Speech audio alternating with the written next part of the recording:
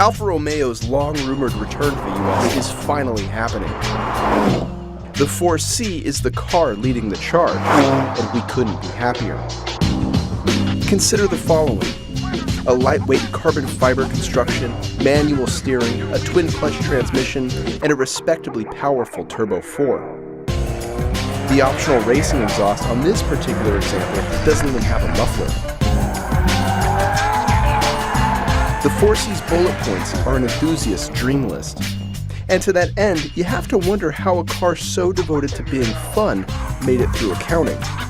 More importantly, you have to wonder how good it is to drive.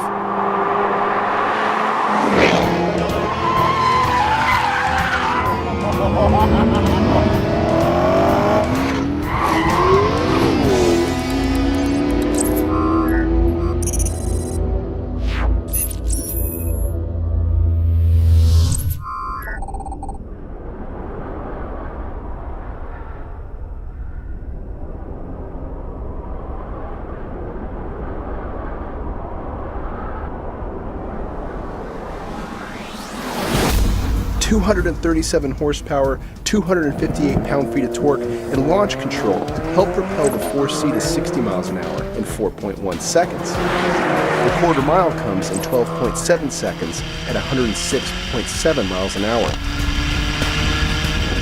The 4C's best stop from 60 took an impressive 97 feet. Around the figure 8, the 4C posted a very respectable 24.7 second lap, and average lateral acceleration amounted to 0.94 G. Again, that's slightly slower than the performance from the Cayman S, but more impressive was the size of the smile on those who drove the 4C.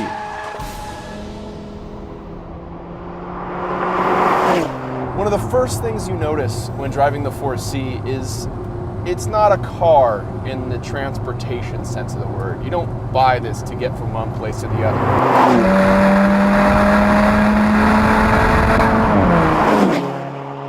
This is a toy. It's meant to make you feel happy. It's meant to bring you joy. And it's really good at doing that. This is a small, modestly powerful, and exceedingly lightweight car. And there are so many benefits that come with those statements that it just makes you happy to drive it.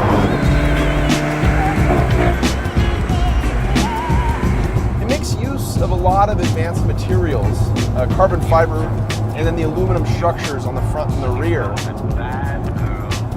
And the result is a curb weight of under 2,500 pounds. And when you factor in 237 horse or so, you get a decent power to rate ratio. Through every corner you sense the advantages the low weight brings. The car feels nimble, it feels agile, it feels controllable, but it also feels powerful too.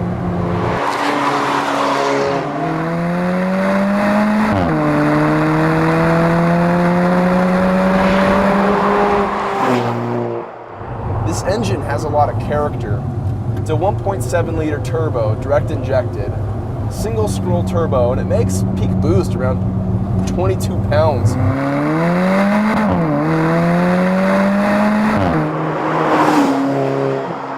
What I really like is that Alfa Romeo has embraced the sound of the turbocharger because it adds so much more in terms of theatrics to acceleration. There's a lot of automakers hiding turbocharger noises in sports cars, and I think, why? Just embrace it. Turbos sound cool when you roll on the boost, the pops and whooshes and sounds that they make. Just listen to that, that's cool. We also have a twin clutch transmission. It's the only transmission option that you can get with this car, much like most Ferraris or supercars these days.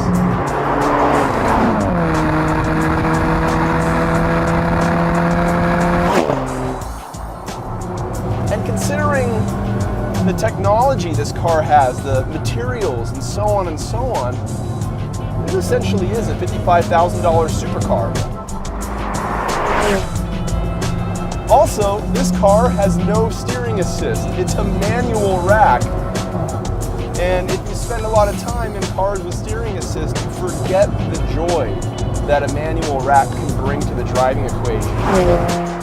It's a constant conversation between you, the road, and the front suspension. People who enjoy driving cars should take a good look, because this is a great time. In talking about the 4C, you have to forgive a bit of hyperbole. That's what this car does to you. It appeals to your emotions, and it does a very good job of it. It makes you overlook things like poor rearward visibility, the occasional clunky shift, and some rougher areas in the interior. Instead, you start seeing faster ways to take turns. A normal road on your drive home becomes a string of apexes. On-ramps become sweepers. You think of ways to extend that route home and how to get through that sweeper faster. The 4C makes you think of ways to enjoy it more, and we wouldn't want it any other way.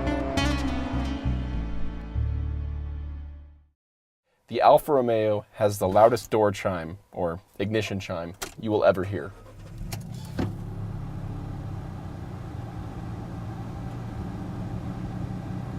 I don't know.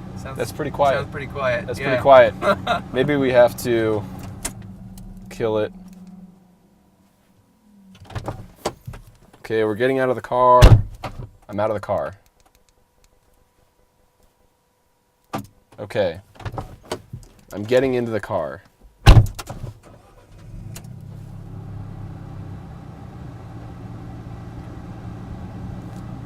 Okay. Sometimes it just doesn't do it.